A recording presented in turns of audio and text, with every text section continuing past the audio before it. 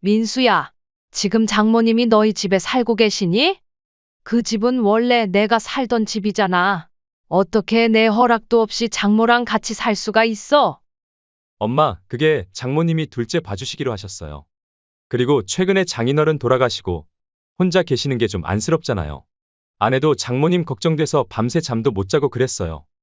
그래서 장모는 안쓰럽고 난 안 불쌍하냐? 나도 남편 없이 혼자고 외로운 거 똑같아. 뭐가 다른데? 아니, 그런 게 아니라 엄마는 혼자 잘 지내시잖아요. 그리고 제가 집도 얻어드렸는데 뭐가 문제예요? 집을 얻어줬다고? 그 방 하나짜리 오피스텔? 햇빛도 안 들고 난방도 잘 안 되는데? 설마 그걸로 생색내는 거니?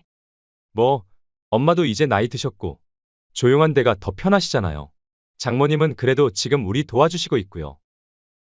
나도 3년을 너희 밥하고 빨래하고 손주 봐줬다. 하루도 제대로 쉬어본 적 없어. 그랬더니 돌아온 게 고작 이거냐? 엄마, 왜 그렇게 예민하게 받아들이세요? 됐어. 너희 장모 모시고 싶어서 날 내쫓았으면 내가 살던 집은 돌려줘. 안녕하세요. 이 사연의 주인공은 69세 이정희 씨입니다. 이 씨는 남편과 사별한 지 5년이 지났지만 여전히 남편과 함께 살던 아파트에서 소박하게 혼자 살아가고 있었습니다. 그 집은 남편과 함께 30년 동안 모아온 돈으로 힘들게 장만한 보금자리였습니다. 평생을 검소하게 살며 자식에게 부담 주지 않겠다는 마음으로 살아온 이 씨는 혼자 살면서도 매일 아침 일찍 일어나 깔끔하게 집안을 정리하고 손수 반찬을 만들어 냉장고를 채우는 부지런한 생활을 이어갔습니다. 아들 내외는 맞벌이로 바쁘다며 명절에도 짧게 인사만 하고 떠나기 일쑤였지만 이 씨는 그들의 사정을 이해하려 노력했습니다. 이 씨가 아들 가족에게 유일하게 바라는 것은 손주 얼굴을 자주 볼 수 있는 것이었습니다. 첫 손주가 태어났을 때 이 씨는 병원에 한 달 내내 매일 찾아갔습니다. 손주를 안아보고 싶어도 며느리의 눈치를 보며 조금만 안았고 며느리의 친정어머니가 오면 슬그머니 물러나 자리를 내주기도 했습니다. 첫째 아이 출산 6개월 후 어느 일요일 아들 부부가 갑자기 찾아왔습니다. 미리 연락도 없이 찾아온 그들의 표정이 어딘가 심상치 않아 보였습니다. 이 씨는 급히 냉장고에서 과일을 꺼내내오며 물었습니다. 갑자기 웬일이니? 연락도 없이. 아들은 잠시 머뭇거리다가 조심스럽게 말을 꺼냈습니다. 엄마, 사실은 저희가 상황이 좀 어려워졌어요. 무슨 일인지 걱정스러운 표정으로 바라보는 이 씨에게 아들은 한숨을 쉬며 설명했습니다. 아내가 육아 우울증도 좀 심해지고 저는 회사도 다니고 아이도 봐야 하고 둘 다 너무 지쳤어요. 며느리는 아이를 안고 있다가 눈물을 글썽이며 말을 보탰습니다. 어머니, 육아가 이렇게 힘든 줄 몰랐어요. 밤에도 계속 울고, 일을 그만둘 수는 없고. 엄마, 우리 엄마 집에서 같이 살면 안 될까요? 마침 집 계약도 끝나가고 엄마도 손주랑 같이 지낼 수 있어서 좋지 않으세요? 이 씨는 순간 당황했습니다. 사실 달갑지만은 않은 제안이었습니다. 그동안 혼자만의 생활 패턴이 있었고 갑작스러운 변화가 두려웠습니다. 너무 갑작스러운데 그리고 같이 살면 불편하지 않겠어? 아들이 고개를 숙이며 말했습니다. 그럼 6개월만 딱 부탁드려요. 상황 안정되면 바로 집 구해서 나갈게요. 이 씨는 잠시 고민했습니다. 내가 도와주지 않으면 누가 도와주겠어? 결국 며느리의 눈물과 아들의 간절한 부탁에 마음이 흔들렸습니다. 알았다. 그럼 6개월만이다.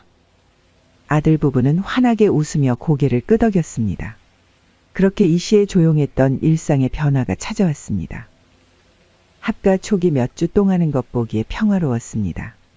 아들은 퇴근 후 청소를 도왔고 며느리는 직접 요리도 해주었습니다. 어머니, 오늘은 제가 설거지 할게요. 어머니는 쉬세요. 그래 줄래? 너가 식사까지 차려줬는데 고맙다. 아니에요. 같이 살게 해주신 것만으로 너무 감사하죠. 하지만 한 달쯤 지나자 점차 변화가 생겼습니다. 아들과 며느리는 일 때문에 좀 피곤해서라는 핑계로 집안일 미루기가 점점 당연시되었습니다. 며느리는 자연스럽게 손을 떼기 시작했고 아들도 퇴근 후에는 피곤하다며 소파에 누워 휴대폰만 들여다보는 시간이 늘어났습니다. 이 씨는 자신의 역할이 점점 늘어나는 것을 느꼈지만 굳이 지적하지 않았습니다. 그러던 어느 날 이 씨는 우연히 아들과 며느리의 대화를 엿듣게 되었습니다. 여보, 어머니가 계시니까 진짜 편하지 않아? 내가 뭘 했어? 너무 힘들다고. 손주 이야기하면 맘 약해지셔서 허락해 주실 거라 했지? 그러게 근데 너무 티내지는 마. 우리 어머니 서운해 하실라. 이 씨는 그 말을 듣고 가슴이 찔렸습니다. 나를 이용한 거였구나. 하지만 그녀는 입술을 깨물며 음속으로만 사겼습니다. 손주를 위해 그리고 가정의 평화를 위해 참기로 했습니다. 이 씨의 하루는 새벽 5시에 시작되었습니다. 손주가 밤에 자주 울어 제대로 잠을 이루지 못했음에도 이 씨는 아들 내외가 출근하기 전에 아침 식사를 준비했습니다. 아침밥을 차리고 아들 내외가 출근한 후에는 손주를 돌보고 빨래를 하고 집안 청소까지 모든 일을 도맡았습니다. 엄마, 저희 옷은 따로 세탁해 주세요. 특히 지영이 회사 옷은 드라이 클리닝 해야 하는 것도 있으니까 조심해 주시고요. 아들의 이런 요청에도 이 씨는 묵묵히 따랐습니다. 세탁물을 구분하고 특별 관리가 필요한 옷들은 따로 빼두었습니다. 때로는 손주의 기저귀를 갈면서 동시에 국이 넘치지 않게 주방으로 달려가는 일도 잦았습니다. 점심시간에는 잠시 앉아 밥을 먹고 싶어도 손주가 울면 밥그릇을 그대로 두고 달려가야 했습니다. 손주를 돌보는 일은 기쁨이기도 했지만 나이든 이 씨에게는 체력적으로 큰 부담이었습니다. 허리 통증이 심해져 밤에 진통제를 몰래 먹기도 했습니다. 어머니, 오늘은 친구들이랑 약속이 있어서 좀 늦을 것 같아요. 애기 재워주시고 밥은 알아서 드세요. 이런 통보에도 이 씨는 그래, 조심히 다녀와라고만 대답했습니다. 하지만 속으로는 내가 애기 퇴근도 없이 하루 종일 봐주는데 최소한 제 시간에 들어와 주면 좋을 텐데 라는 생각도 들었습니다. 이 씨가 밤에 쉬는 시간은 오직 손주가 자는 시간뿐이었지만 그마저도 손주가 자주 깨서 울었기에 제대로 된 휴식을 취하기 어려웠습니다. 그럼에도 아들 내외는 아침에 일어나 어머니, 애가 밤에 많이 울었어요 라고 묻고는 저희는 너무 피곤해서 전혀 못 들었네요 라며 웃을 뿐이었습니다. 그렇게 약속한 6개월이 지났습니다. 그러나 아들 내외는 이사 이야기를 꺼내지 않았습니다. 이 씨가 조심스럽게 물었을 때 아들은 조금만 더요. 지금 집 구하고 있어요 라고 대답했지만 실제로 집을 알아보는 모습은 보이지 않았습니다. 그렇게 6개월이 1년이 되고 이 씨의 집에서 아들 내외와의 합가는 어느새 3년 차로 접어들었습니다. 이 씨의 일상은 점점 더 힘들어졌지만 내 자식인데 어쩌겠어라는 마음으로 모든 것을 견뎌냈습니다. 약속했던 6개월은 어느새 무의미해졌고 이 씨는 점점 더 집안의 가정부처럼 여겨지기 시작했습니다. 아침부터 저녁까지 쉴 틈 없이 집안일과 육아를 도맡았지만 아들 내외에게서 고맙다는 말을 듣는 일은 점점 줄어들었습니다. 심지어 며느리는 갈수록 무례해지기 시작했습니다. 처음에는 미묘한 눈빛과 한숨으로 시작했던 불만 표시가 이제는 노골적인 비난으로 변했습니다. 특히 식사 시간마다 며느리의 입에서는 트집이 끊이지 않았습니다. 어느 저녁 이 씨는 손주가 좋아하는 된장찌개를 정성껏 끓였습니다. 식탁에 음식을 차려놓고 손주를 위해 밥을 떠주는데 며느리가 국그릇을 들여다보며 인상을 찌푸렸습니다. 어머니, 이거 너무 짜요. 요즘 건강에 소금이 얼마나 안 좋은지 모르세요? 애기한테도 이런 걸 먹이시면 어떡해요? 이 씨는 순간 당황했습니다. 미안하구나. 내가 간을 조금 세게 했나 보다. 이 씨의 사과에 며느리는 한숨만 내쉬고 아들을 힐끗 쳐다봤습니다. 그러자 아들이 거들었습니다. 엄마도 요즘 입맛이 예전 같지 않으시잖아요. 나이 드시니까 간이 세진 것 같아요. 아들의 말에 이 씨는 가슴이 철렁 내려앉았습니다. 평생 요리를 해온 자신의 솜씨를 이렇게 무시당하는 것이 처음이었습니다. 그런가 보구나. 내일부터는 더 조심할게. 식사를 마친 후 아들 내외는 서둘러 자기 방으로 들어가 버렸고 설거지와 부엌 정리는 또다시 이 씨의 몫이 되었습니다. 이 씨는 그날 밤 한숨을 쉬며 몰래 눈물을 닦았습니다. 내가 왜 이런 취급을 당해야 하지라는 의문이 처음으로 머릿속을 스쳤습니다. 며느리의 태도는 더욱 노골적으로 변했습니다. 이 씨가 손주에게 옷을 입히면 그렇게 입히면 답답해요. 라며 다시 갈아입히고 이 씨가 설거지를 하면 이 그릇 아직도 기름기 있어요. 라며 재차 씻었습니다. 며느리의 타박에 이 씨는 점점 자신감을 잃어갔습니다. 아들 역시 점점 달라졌습니다. 예전에는 우리 엄마 최고라며 엄지를 치켜 세우던 아들이 이제는 아내의 말에 고개를 끄덕이며 어머니의 단점을 함께 지적하기 시작했습니다. 이 씨는 자신의 아들이 이렇게 변한 모습에 더 큰 상처를 받았습니다. 처음에는 아들에게 며느리의 행동에 대해 말해보려 했습니다. 민수야, 지영이가 요즘 나한테 좀. 이렇게 말을 꺼내면 아들은 대화 자체를 회피했습니다. 엄마, 저 피곤해요. 나중에 얘기해요. 몇 번의 시도 끝에 이 씨는 더 이상 아들에게 기대하지 않기로 했습니다. 그러던 어느 날 아들이 퇴근 후 거실 소파에 앉아 이 씨를 불렀습니다. 며느리도 옆에 나란히 앉아 있었습니다. 이 씨는 무슨 일인가 싶어 손에 들고 있던 빨래를 내려놓고 다가갔습니다. 엄마, 이제 저희가 분가하려고 해요. 아들의 말에 이 씨는 순간 안도감을 느꼈습니다. 드디어 내 예전처럼 지낼 수 있겠구나. 하지만 아들의 다음 말에 그녀의 표정이 굳어졌습니다. 둘째도 생겼고 우리 네 식구가 사는데 이 집도 좁은 감이 있어서요. 어머니는 다른 집을 알아보시는 게 어떠세요? 이 씨는 말문이 막혔습니다. 이 집은 본래 이 씨의 집이었습니다. 아들 내외가 들어온 것이지 이 씨가 아들 집에 들어간 것이 아니었죠. 말을 잇지 못하는 이 씨를 보며 며느리가 달콤한 목소리로 말을 보탰습니다.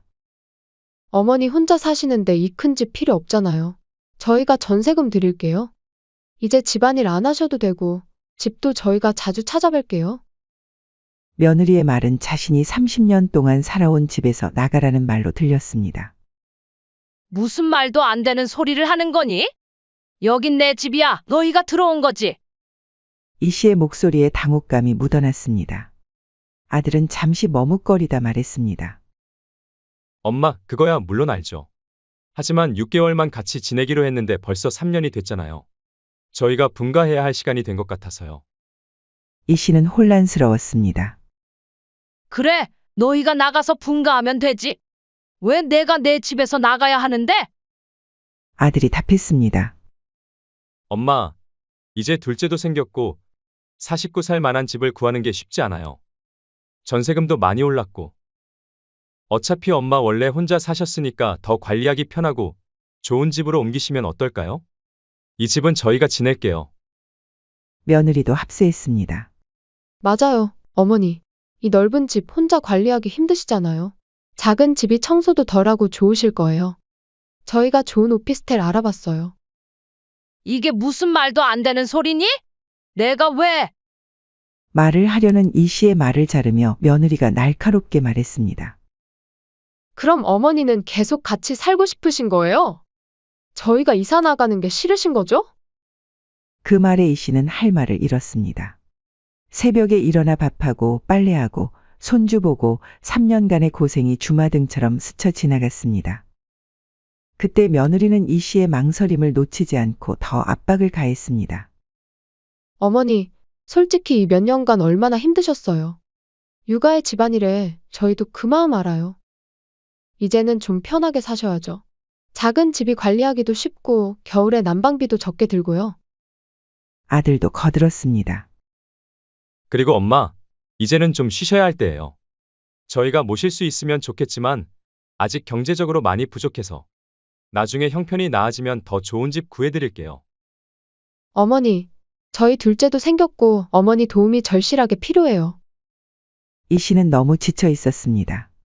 더 이상 가족과 다투고 싶지 않았고 관계가 더 나빠지는 것도 원치 않았습니다. 그녀는 깊은 한숨을 내쉬며 말했습니다. 그래, 내가 혼자 살기에는 이 집이 좀 크지. 그래, 어디를 얻어줄 거니? 아들 내외는 준비해온 듯 서로 눈짓을 주고받더니 아들이 말했습니다. 요즘 집값이 올라서 아파트는 어려워요. 큰 집 필요 없지. 어차피 이 집도 나중엔 아들에게 물려줄 집이었으니까 미리 줬다고 생각하자. 그날 이후 이 씨는 그렇게 스스로를 합리화하며 마지못해 짐을 싸기 시작했습니다.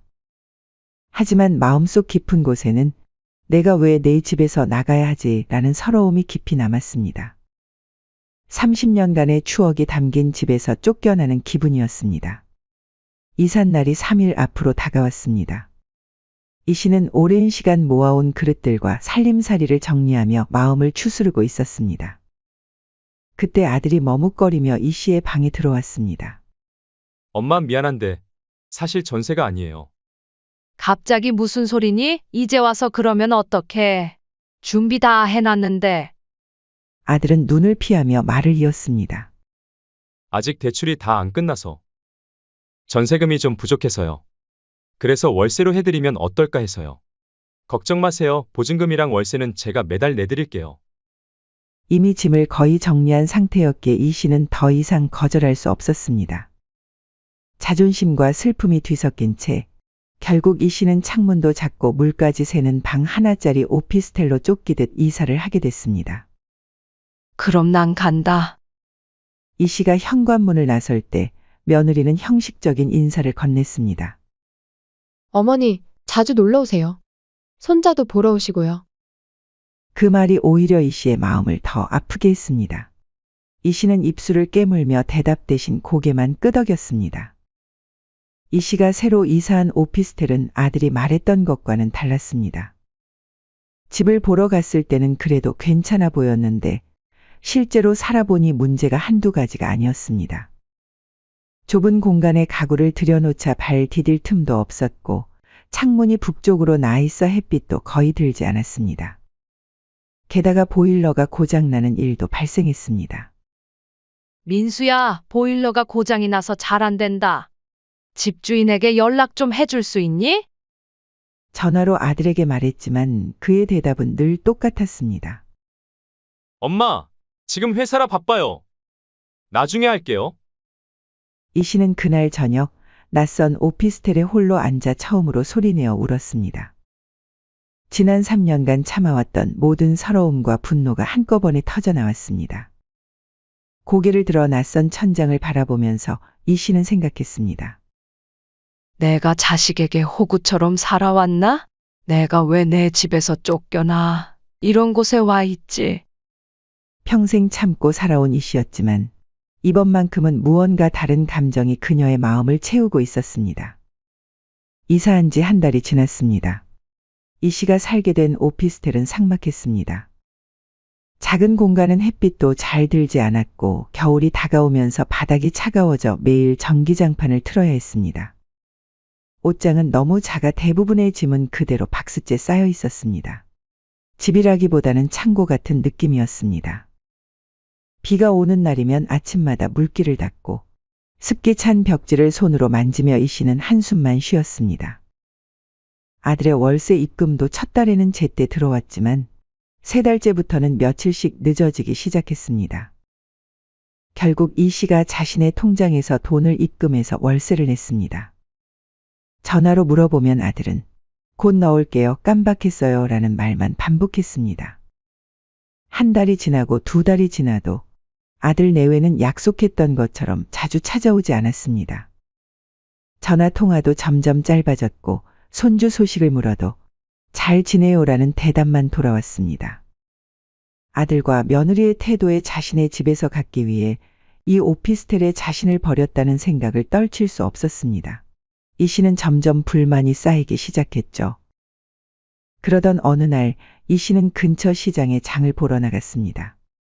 평소처럼 시장 구경을 하며 소소한 즐거움을 찾고 있었죠. 그때 단골 생선 가게 주인이 반갑게 인사를 건넸습니다.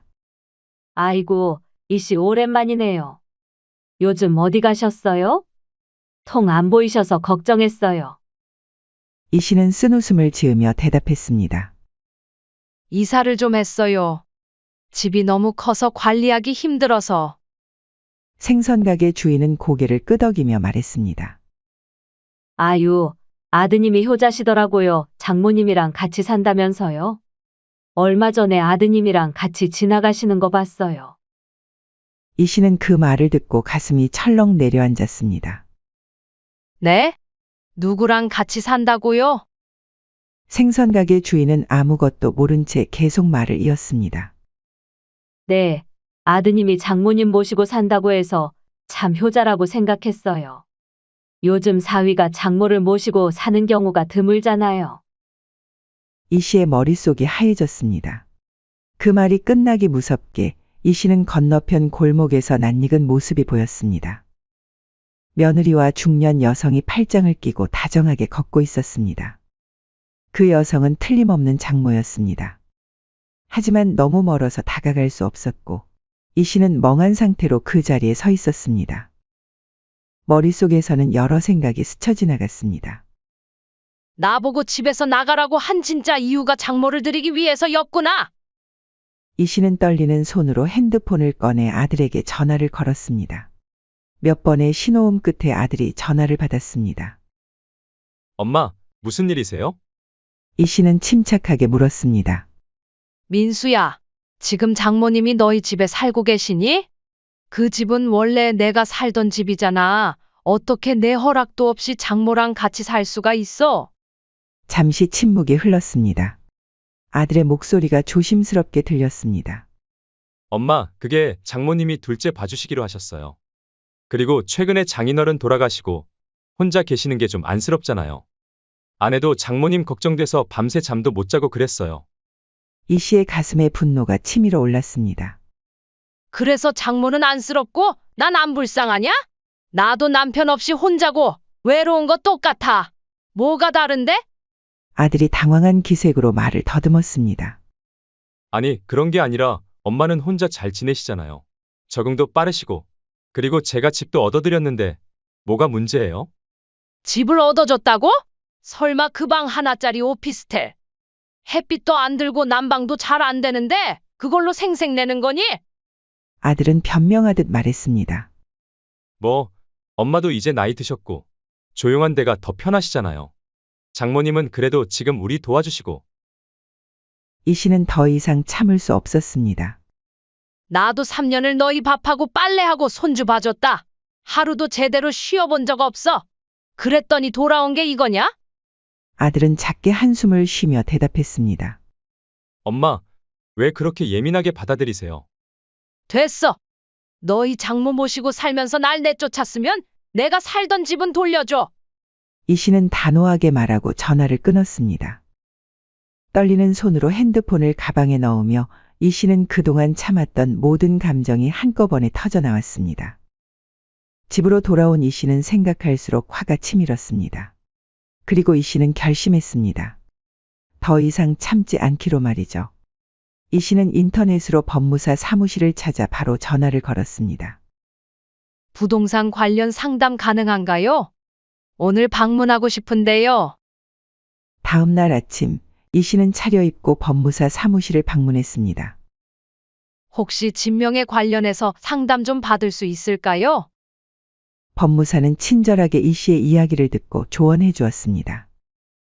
명의가 아직 어머님 이름으로 되어 있다면 합법적으로 집에 대한 모든 권리가 어머님께 있습니다. 이 씨는 고개를 끄덕였습니다. 법무사의 말을 들으며 머릿속에 계획이 서서히 그려지기 시작했습니다. 그럼 제가 집에 들어가려면 어떻게 해야 하나요? 집주인이시니 언제든지 들어가실 수 있습니다. 다만 아드님 부부와의 갈등을 피하기 위해 가능하면 사전에 통보하시는 게 좋습니다. 아들과 며느리가 나가지 않을 수도 있을 것 같아요. 어떻게 하면 좋을까요? 법무사는 잠시 생각하더니 말했습니다. 그렇다면 우선 내용 증명을 보내는 것이 좋겠습니다. 법적으로 퇴거 요청을 했다는 증거가 됩니다. 오늘 바로 작성해 주실 수 있나요? 이 씨는 법무사에게 감사 인사를 하고 나왔습니다. 걸음이 깃털처럼 가벼워진 느낌이었습니다. 이제 어떻게 해야 할지 방향이 잡힌 것 같았습니다. 아들 내외가 집을 가로챈 것 같았지만 법적으로는 아직 이 씨의 소유였습니다. 내용 증명을 보낸 지 3일 후 이 씨는 아들에게 전화를 받았습니다. 엄마, 이게 무슨 짓이에요? 내용 증명이라니요? 아들의 목소리에는 분노와 당혹감이 가득했습니다. 마치 자신이 피해자인 것처럼 들렸습니다. 이 씨는 차분하게 대답했습니다. 그래, 내 집에서 나가라는 내용 증명이야. 거긴 내가 30년 동안 살아온 집이야. 너희가 내 허락 없이 장모까지 들이고 살았으니 이제 나가라. 아들은 목소리를 높였습니다. 엄마, 우리가 어디 갈 데가 있다고 이러세요? 장모님도 계시고 둘째도 곧 나오는데? 일주일 안에 나가. 안 나가면 강제 집행할 거야. 엄마, 실제로 살고 있는 사람은 우리고 엄마가 스스로 나가신 거잖아요. 우리는 못 나가요. 좋아, 그럼 내 방식대로 하마. 전화를 끊고 이 씨는 자신의 결심을 더욱 굳혔습니다. 일주일이 지났지만 아들 내외는 이사 갈 생각이 없어 보였습니다. 엄마, 화가 많이 나신 것 같은데 우리 한번 만나서 얘기해요. 오히려 아들은 이 씨에게 여러 번 화해를 요청하는 문자를 보냈습니다. 하지만 이 씨는 더 이상 아들의 말을 믿지 않았습니다. 그녀는 계획을 실행에 옮겼습니다. 이 씨는 아들이 퇴근하고 며느리와 장모가 집에 있을 시간을 파악했습니다. 그리고 그들이 없는 시간대를 골라 열쇠공과 이삿짐 센터를 불렀습니다. 평생 참기만 했던 이 씨였지만 이제는 달랐습니다. 사장님, 제 집인데 비밀번호를 바꾸고 싶어요. 열쇠공은 등기부등본을 확인한 후 작업을 시작했습니다. 집안을 둘러보면서 이 씨는 많은 변화를 발견했습니다. 자신의 물건들은 대부분 치워져 있었고 낯선 여성의 물건들이 곳곳에 놓여 있었습니다. 한눈에 봐도 장모의 것들이었습니다. 그녀는 아들 내외의 짐을 정리하기 시작했습니다. 이삿짐 센터 직원들과 함께 모든 짐을 박스에 담았습니다. 이 짐들을 이 주소로 배송해 주세요. 이 씨는 자신이 살던 오피스텔 주소를 적어주었습니다. 아들 내외가 이 씨를 쫓아낸 그 작은 오피스텔로 모든 짐을 보냈습니다. 그리고 아들이 퇴근한 사이 집 비밀번호를 바꾸고 관리실에 출입 통제를 요청했습니다. 저희 집에 제가 허락하지 않은 사람이 들어오면 안 됩니다. 지금 제 아들이 무단으로 살고 있어서요. 관리소장은 등기부등본을 확인한 후 고개를 끄덕였습니다. 모든 준비를 마친 이 씨는 집안에서 조용히 그들을 기다렸습니다.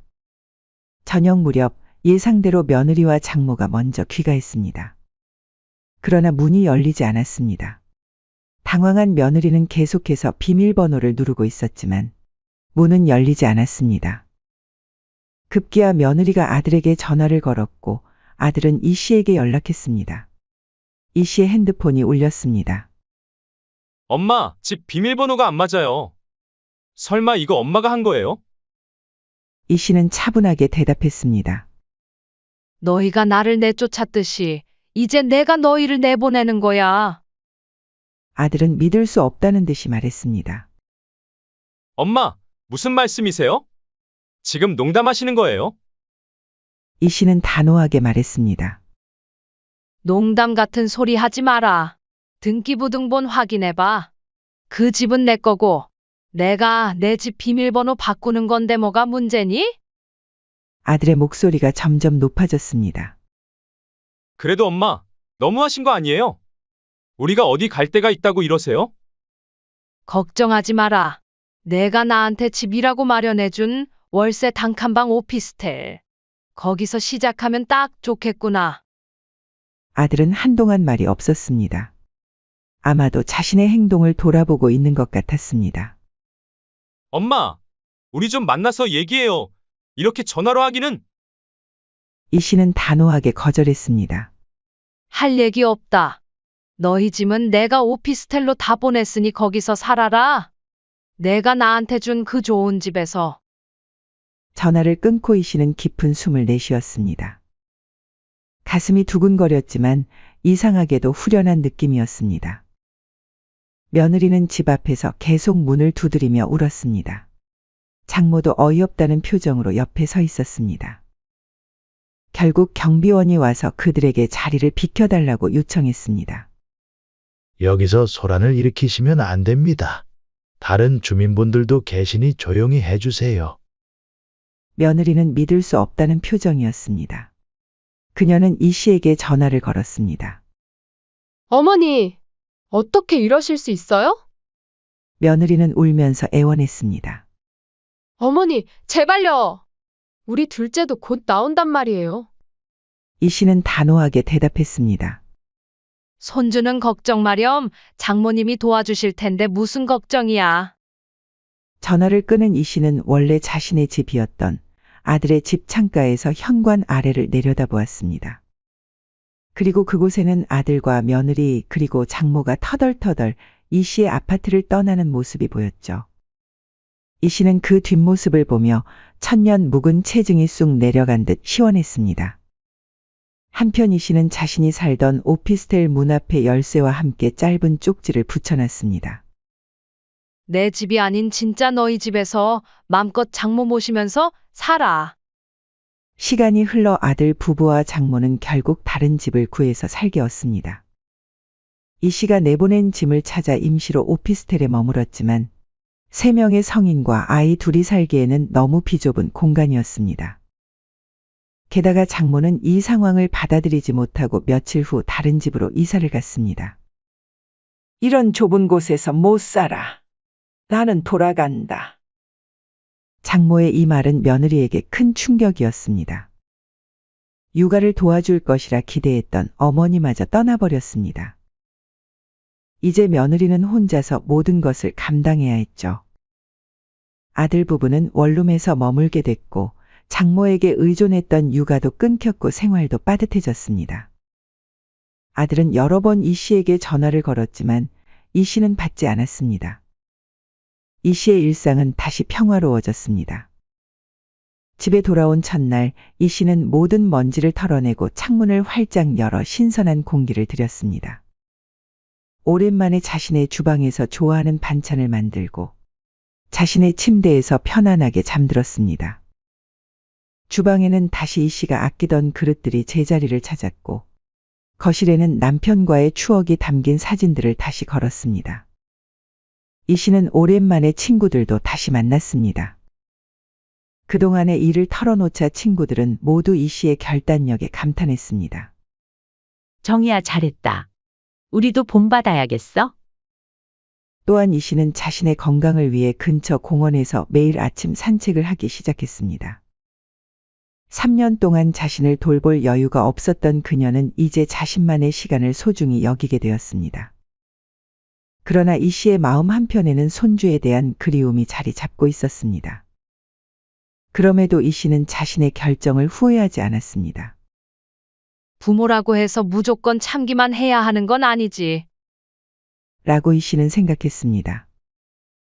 아들과 며느리에게 단호하게 대응한 것은 그들을 미워해서가 아니라 오히려 사랑하기 때문에 필요한 교훈이었습니다.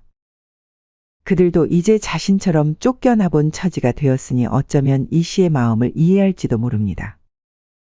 내가 아들과 며느리에게 한 것처럼 그들도 나에게 했다면 어땠을까? 라는 생각이 들었습니다.